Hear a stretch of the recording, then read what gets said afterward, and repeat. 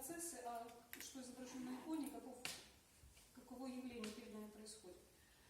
До обновления без посторонней помощи икона становится новой, на нас снова смотрят святые с иконы. А для чего происходит это чудо? У каждого сердца цвет должен быть свой. Кто-то обрадуется Божьему чуду, кто-то захочет с кем-то поделиться, кто-то покается, кто-то заплачет. У каждого ответ свой. Значит, еще икона святителя Николая у нас подарена.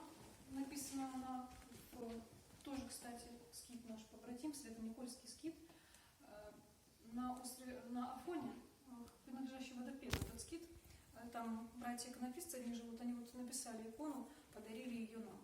Там частичка мощей, вот маленькая звездочки мощейки.